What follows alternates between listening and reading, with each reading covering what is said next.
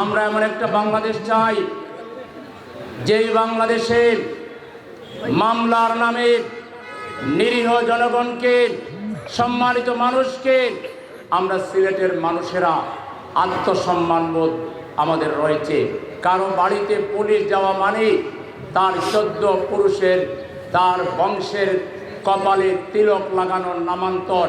অথচ যখন তখন কিছু থানার দালালেরা দারোগা সাহেবদেরকে ব্যবহার করে পুলিশকে পাঠায় এবং মামলার নামে বাণিজ্য করে। ইনশাআল্লাহ আমি যদি নির্বাচিত হই, এই 2 উপজেলায় পুলিশ আমাকে জিজ্ঞেস না করে কারো বাড়িতে যাইতে পারবেন না।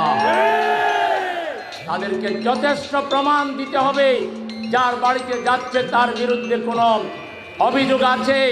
এই প্রমাণ না দেখে কোনো দারোগা সাহেব কারো বাড়িতে যাবে না। আমি ফাইনাল কথা বলে দিলাম। আপনারা যদি ব্যাংকে টাকা উঠাইয়া নিরাপদে বাড়িতে যেতে চান, তাহলে দাঁড়িপাল্লাকে ভোট দেবেন।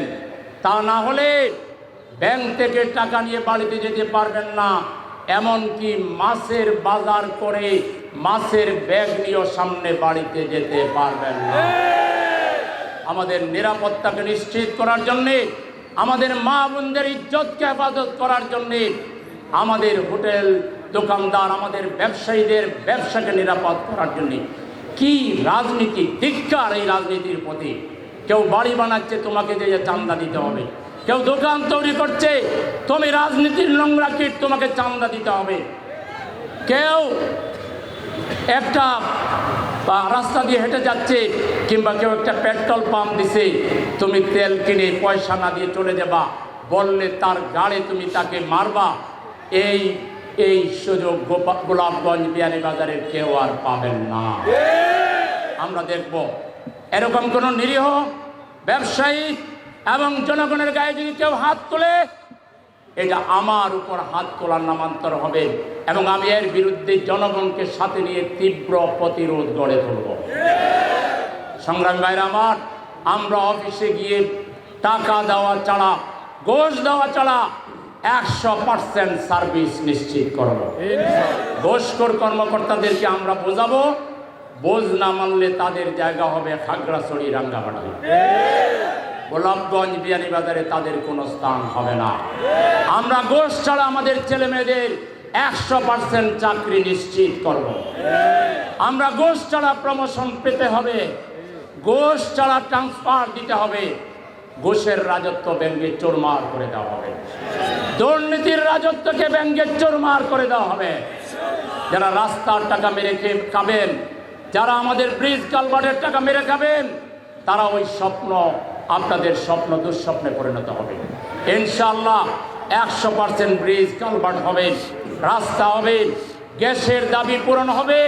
গোলাপগঞ্জ বিয়ানীবাজারকে একটা নৈসর্গিক, একটা নান্দনিক উপজেলা হিসাবে, আসন হিসাবে গড়ে তোলা হবে।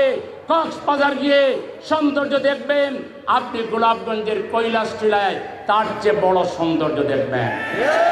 আমাদের হাকালুকি হাওরে আমরা কক্সবাজারের মতো হেলান দিয়ে বসে সেই হাকালুকি হাওরের সৌন্দর্য, নদীর সৌন্দর্য আমরা অবলোকন করবো ইনশাআল্লাহ। একটি উন্নত গোলাপগঞ্জ, উন্নত বিয়ানীবাজার, সিলেট 6 আমরা তৈরি করব। কোনো হ্যাজার্ড থাকবে না, কেউ কাউকে অপমানিত করতে পারবে না, লাঞ্ছিত করতে পারবে না।